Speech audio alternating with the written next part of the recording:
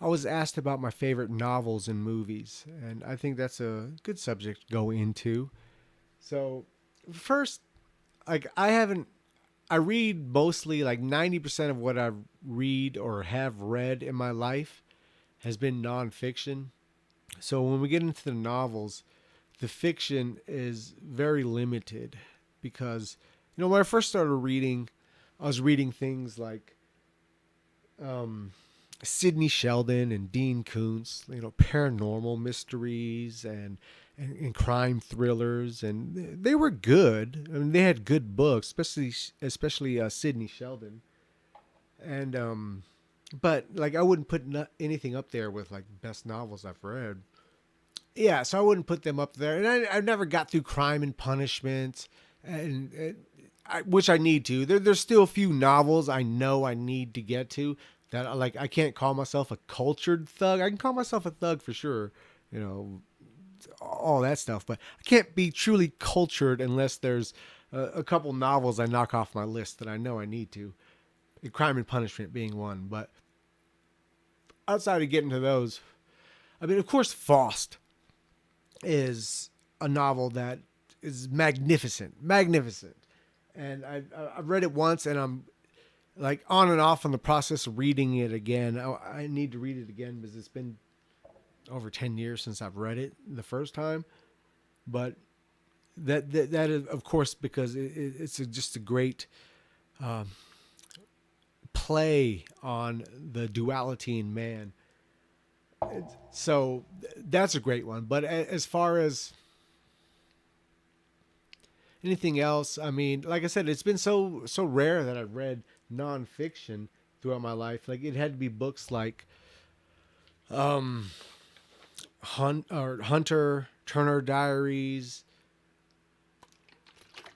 or some of the last nonfiction books I've read, or sorry, fiction books I've read. And but if I had to, outside of Faust, if I had to say what some of my favorite novels are, they would definitely have to be a four-book series, and there's more from Yukio Mishima, like Confessions of a Mask, which I also like. But there is he did a four-part series called The Sea of Fertility, and all four of those books are probably even more so than Faust, my favorite novel set, and that's The Spring Snow, first part, Runaway Horses, the second part, The Temple of Dawn, the third part, and The Decay of the Angel, the fourth part. And to me, it's beautiful in so many ways because it, especially how he ended the book. Like this was his opus, this four-part series. After he finished the last page of the book, not too long after that, he sacrificed himself, killed himself. Said, he wanted to rebirth this masculinity and the tradition in Japan, and he saw it becoming westernized and basically becoming cucked and effeminate. And he despised that. But he was such an interesting character. He was bisexual. Like he had so many contradictions. He was cultured, but he yearned to become that thug too. He yearned to become the philosopher warrior. And in his early years, like he had a chance to go to World War II, but he pussed out essentially. He was a coward, and he regretted that for the rest of his life, and it tortured him. I believe there's a few things that tortured him, and you can read it in his works. Maybe I'm digging too deep into it, I don't know, but his homosexuality and his cowardice at the moment to serve in World War II tortured him and confused him throughout his life, and he expressed this in his works, and he expresses it completely. There's four books with four different sides of his personality uh, dissected in these books, and it's like when people like him and Nietzsche, who they write with the sword and their ink is their own blood, they sacrifice themselves in their work. Like that's why I constantly drop the name of Mitchell Heisman in his suicide note, because he's another example of that. That's I find that the most powerful works, and for that reason, and especially because of the second book in the series, Runaway Horses, which touches on his nationalist and fascistic side, It's such a good book, such a powerful message. But because how he dissects himself through his works, through a beautiful story, like his series and his books are one of the few books that are translated and they still sound as close to beautiful as they do in their own original language as they could. Like I've read many and most books translated from German. Most of my books I've read are usually translated from German philosophy and history and all that, but from France or from French, and you're always going to lose something in translation and so forth with Japanese too. But a lot of it still comes through in these books with his descriptions and his writing ability.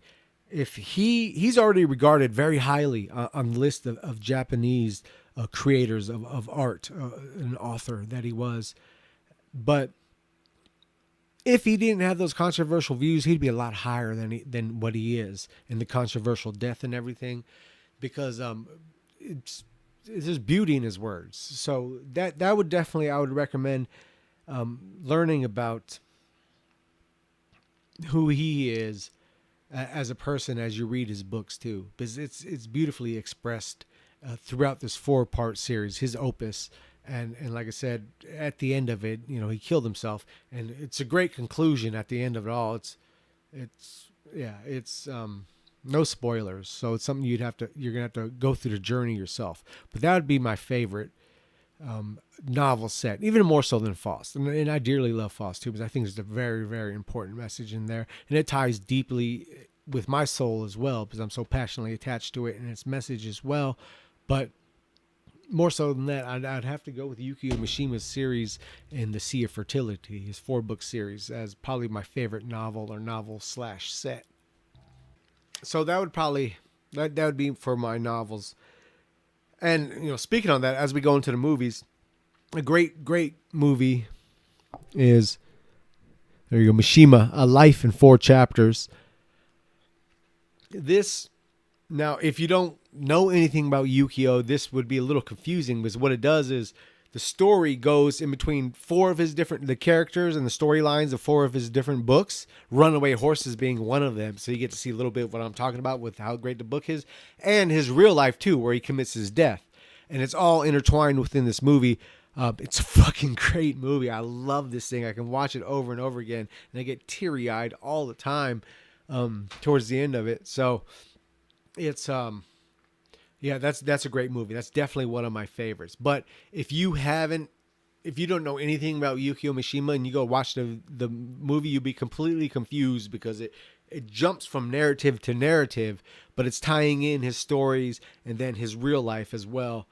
And it's if you can understand that going into the movie, it should make enough sense where you'll realize it's going into different books, characters and stuff, and you'll be able to tell the different books they're going into, and then you'll be able to tell what's real life, especially towards the end. So that's definitely one of my favorite movies. Another one of my favorite movies is more recent, and it's Downfall. I think this is probably, I'm shocked that something like this came out on mainstream kind of movie circuit. Even though it wasn't completely mainstream, it was still mainstream enough to where it was out there and not completely demonized. It was attacked a bit because of the ADL and a lot of Jews like, it humanized Hitler. How dare they? But it was probably the most accurate mainstream thing I've seen on the last 10 days of Hitler's life. From everything I've read and seen from the memoirs and the people that were actually fucking there the moment he shot himself in the face, it's surprisingly fucking accurate, and good on them for doing that. And it's a good movie. It's a good movie. So that's something, and it's done well as well. So that's definitely one of my favorites, because it's mainstream, it's done well, and it's done pretty damn accurate. So kudos to them for that. And I know they took some shit from that too. Even though we can call this Downfall a mainstream movie, they still took some shit for it. And you can look that up yourself if you don't remember when it came out, all the criticism they got for the movie. And it's like, it probably dramatized his rage fits and things, probably little certain things, but it I think it's the most accurate thing that's been produced by mainstream society at all. So kudos to them for that. The next movie, I don't even know if I want to admit this or put this out there, but I fucking love it. I love it. I can watch this over and over again. American Psycho. This was my wife. This was actually the first movie me and my wife watched. I watched with her. At my house, I took her to my house. I watched this. She should have ran then. What the fuck was she thinking on the first movie date? We're watching American Psycho. If you haven't seen it, you wouldn't know why it's so fucking funny to have a girl you're taking on a date to show them a movie where guys just massacring broads. So I think there's a lot of things spoke. The book is even more vicious than the movie, which if you can believe that. But there's a lot of things deeper that it goes into about society, about capitalism, about consumerism, and about the state of people's mindsets today, and even about masculinity and everything else. So it's and just for the sheer wildness of it. Next, another more recent movie, Fight Club. Kind of recent, I guess. It's probably been like 20 years now, so maybe not so recent. Time flies. Of course, for the obvious reasons, the assault on modernity and nihilism, capitalism, consumerism. I think there's great messages in that movie of the frustration of the emasculation of male and of the death of the Faustian desire. They Live, for the obvious reasons. It's a cult classic. Being able to translate that message of putting on the sunglasses and seeing reality, being aware. I mean, it's Plato's Cave. Bad Boys with Sean Penn. This was from the 80s. Now, this one personally I loved because it talked about juvenile institutions. And, I had a lot of personal relatability to the message and the images of this movie and kind of what he went through.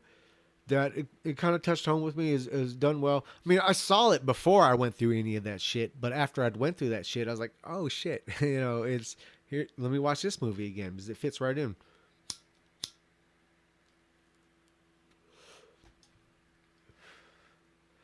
So I liked it for that. I liked it for the being able to relate to it in a lot of means or a lot of ways, and just kind of how it put forth this gritty, dark, kind of just real message, and it kind of comes through in the movie as well. It's very gritty.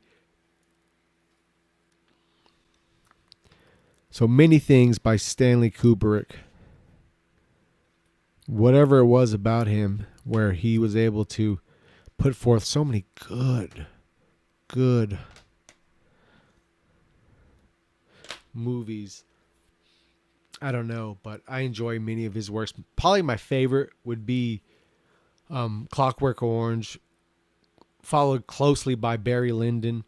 I mean, those are my two favorites by him, but he does so many great movies. So many great movies that, most of his, I think, are my favorites. And for numerous reasons. We can go into each one. Even, with or without the implications of him trying to give messages to people throughout the movies about moon landing or whatever conspiracy, Eyes Wide Shut, whatever conspiracies people want to go into, even outside of that, like the movies on how they're presented and the storyline are good enough in themselves. Johnny Got His Gun. Now this is, I think from the 70s, 60s or 70s. It's about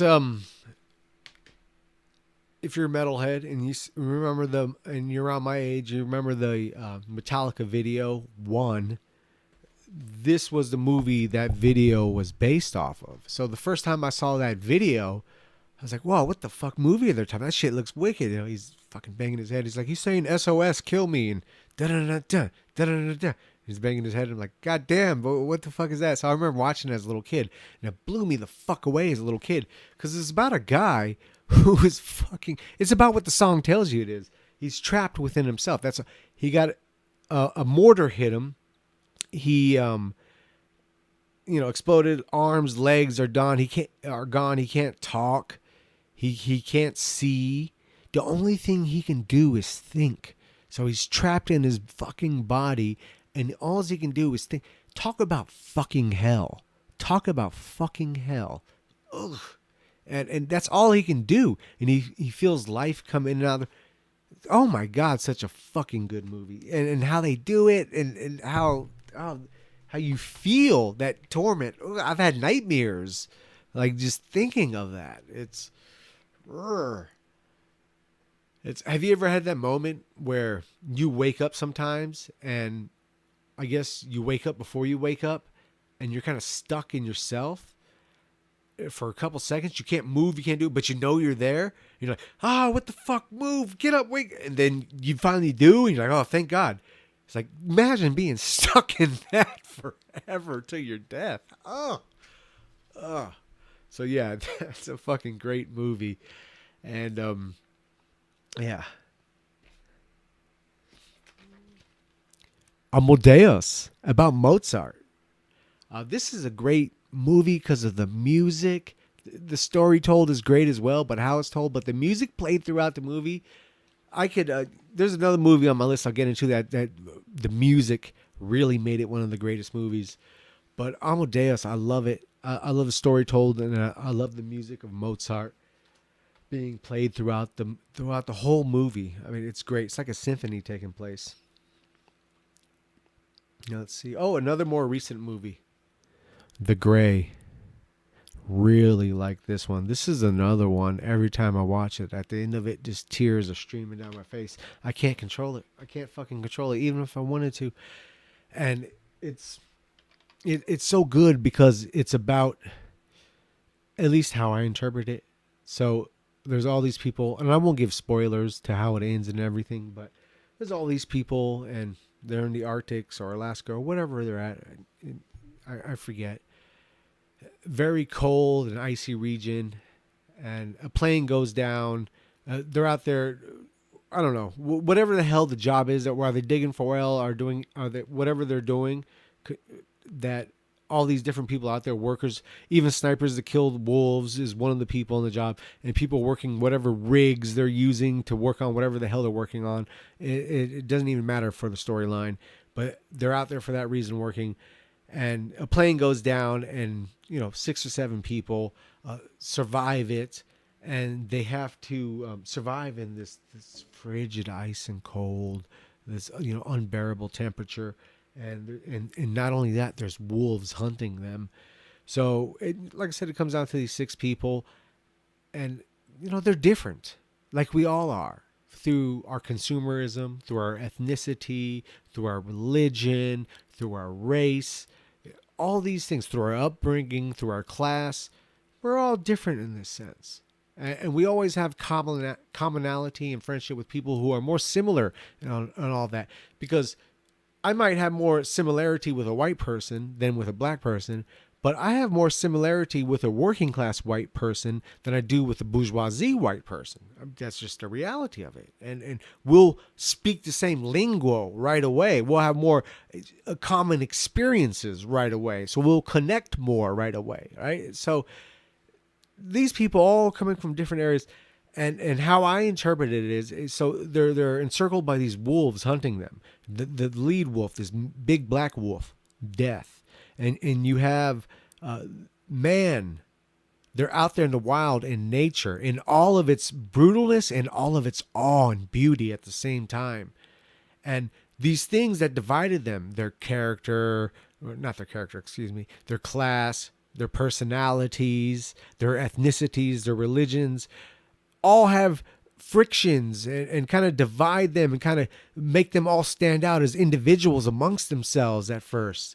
But as the wolves hunt them, and as nature bears down on them, and as they share suffering together and survival together and struggle together, something deeper forms. Like people that at first had it, like big adversities towards each other become common in a sense of something deeper than this materially manifested definitions and views of each other, and which is struggle, life, survival as the black wolf death hunts them. As they continue to survive, people fall off for different reasons, as with life, but they find something deeper and truer in brotherhood. And it's not this faggotry of what you might what leftists would try to define as brotherhood. It's just standing in the face of adversity and fighting and struggling and even knowing eventually that black wolf will get you, but staring in its eye, fighting back and struggling, and this unites these people and bonds them in that way. And it's a beautiful, beautiful story of man's struggle through nature, through life, and through death, and through many of these divisions we've put upon ourselves. And it's not done in a way of faggotry at all, at least to my interpretation of it. So The Gray is a fucking great movie. I would definitely recommend checking it out. And like I said, I can't help but bawling through it, especially when he's reading, like at the end scene of the movie, he's remembering this poem his father used to always tell them, and the poem is so fucking good and apt. It's watch it and see for yourself. I don't want to give any spoilers. Now, there's two genre of movies I'll always fucking like, and they don't need to be great storylines or great deeper messages or anything. And those are kung fu movies and spaghetti westerns with Clint Eastwood. Like those two brands of movies, I could always watch because I love the general themes of them, especially like The Good, the Bad, the Ugly would be my favorite out of all of them. But on to the samurai and the kung fu movies. Some of my favorites would definitely be Seven Samurai, which is a great story about failures, some losers, some people dishonored, and some people just naive and out for honor, kind of unifying for an honorable goal and reason and going through sacrifice. A lot of the message told in The Gray was kind of also told in this. And it's a beautiful story about people sacrificing for a greater reason of life and character and being, and coming together with people that you usually wouldn't come together unless you're put underneath this circumstance, and then making it work, even making it honorable. Harikari would be another one that's very good. And this one at its core is about some of the hypocrisy in the people that took on. You can even look at it negatively.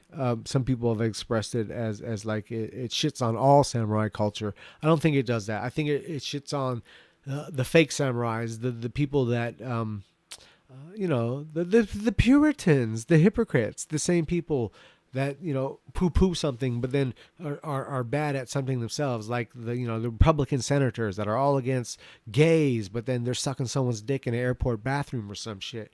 And it's like I think that does that to the samurai, about the people who, and you'd have to, I don't want to give spoilers, so you'd have to watch the movie and see why and exactly what I'm talking about. But it kind of assaults that the hypocrisy of probably the later stages of the samurai. Now let's get to the top three, my top three favorite movies of all time. And I guess we'll do this one first. Hero. Jet Li movie, believe it or not. Yes, Hero. I love this one because it is very fascistic and it tells a very good story about a king, a person, an ideology that is seeking to unify the people, and it has to sometimes through brutality. So there's an assassin whose people have been scorned by this person. I forget whether they were murdered, his village was killed, the people he loved, whatever it was.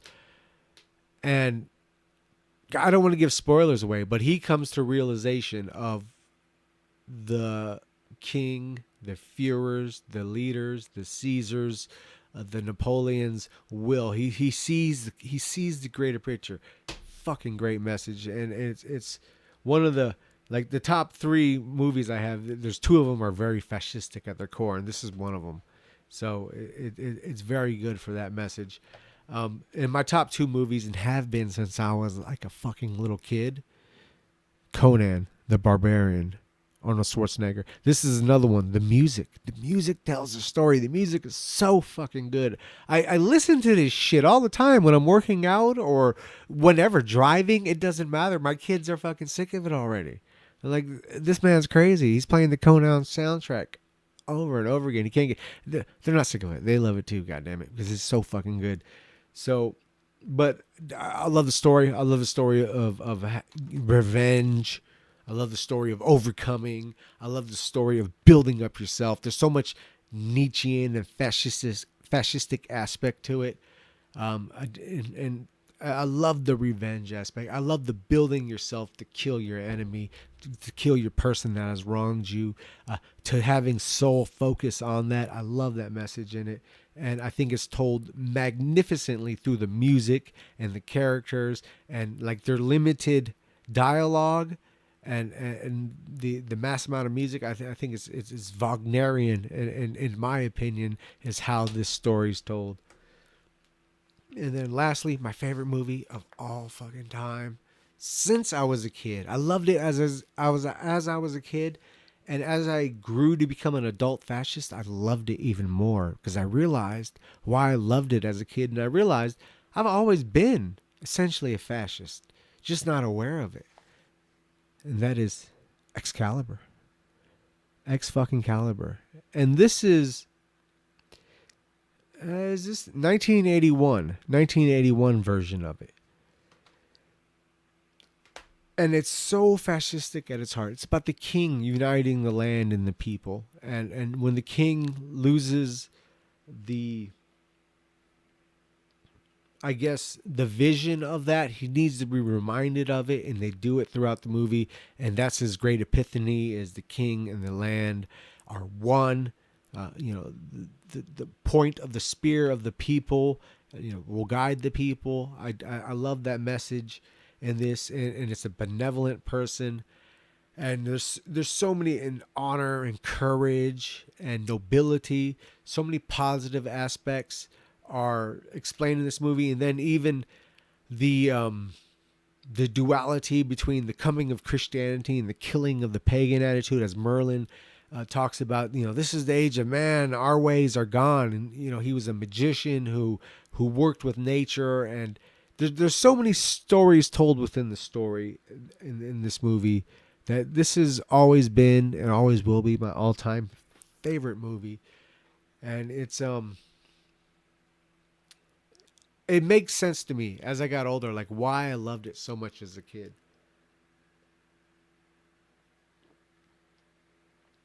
And why I've dug into history and everything since then, because what was expressed in the character and man in Excalibur was something that is missing today, and was something that was missing throughout my whole life. So I think I saw something romantic and beautiful in that, even as a child, that didn't dawn on me to why I loved the movie so much, why it was so special to me, until I was old enough and mature enough to understand it more and understand what and why I was so attracted to it in its message. So, and lastly, we'll finish with TV shows, and I'd say Game of Thrones will go down as probably my favorite of all time. I love Game of Thrones. I've even toyed with the idea of doing like a Game of Thrones philosophy videos. There's so many great philosophy and aspects of that show that have been put out there that I could fucking rant on for about hours. I mean, it's there's so many good aspects to it, especially with Littlefinger. There's so many things about that character that are Machiavellian and even Jewish that it's you can definitely break down and go into. It's great. But outside of that, probably my second favorite, which was my favorite up until Game of Thrones, was the HBO series Rome. HBO does some good series. They always throw in, a lot of gay stuff and a lot of, degenerate stuff in all their series. But outside of that, it's very good. it's not historically accurate. I mean, the main themes are the relations with Caesar and Pompey, or Octavian slash Augustus avenging Caesar, and then Mark Antony and Augustus having a fallout, and like all the general themes are accurate. But like the lesser characters, Caesar's niece and all that, they're completely historically inaccurate. So don't pay attention to any of that shit. To Brutus, to his mother, to Hitler's niece, to anyone, to Octavian, to any of them. Like all of that is completely historically inaccurate, but the greater themes of the show are pretty accurate, or generally accurate, you could say. But just even with that known, just the storytelling and the set and the design and everything, it takes you back to that time. It's a pretty good series. So yeah, I think that covers it. I'm looking around. There's nothing left. I think that covers it. So yeah, those are my favorite movies and novels. So put yours down. Like if I'm missing something, if something's great out there, let me know too. I'd like to check it out, especially if something's similar to what I've been talking about throughout this video.